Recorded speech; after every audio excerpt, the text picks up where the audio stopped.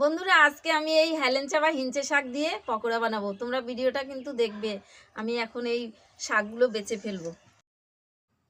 এই শাকে বন্ধুরা আমাদের শরীর ঠান্ডা রাখে, এর গুণের কোনো শেষ নেই, সুগারকে কন্ট্রোল রাখে। তারপরে এই শাকের মানে শত গুণের শাক। এই শাক আমাদের শরীরের রক্ত পরিষ্কার করে। এবার ব্যাটারটা বানিয়ে নিচ্ছি। দিয়ে দিলাম বেসন, কর্নফ্লাওয়ার, জিরের গুঁড়ো, ধনের গুঁড়ো, লঙ্কার গুঁড়ো, একটু চালের গুঁড়ো দিয়ে ব্যাটারটা বানিয়ে নিয়ে এবার আমি এই হিঞ্চে শাক দিয়ে ব্যাটারে চুবিয়ে এই যে পকোড়া বানিয়ে নিলাম। এভাবে তোমরা বাড়িতে বানিয়ে খাবে, দেখবে খুবই সুন্দর।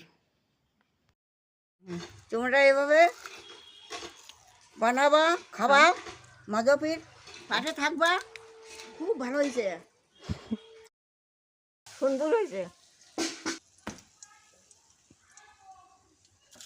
খুব ভালো হয়েছে, খুব ভালো হয়েছে। আমাদের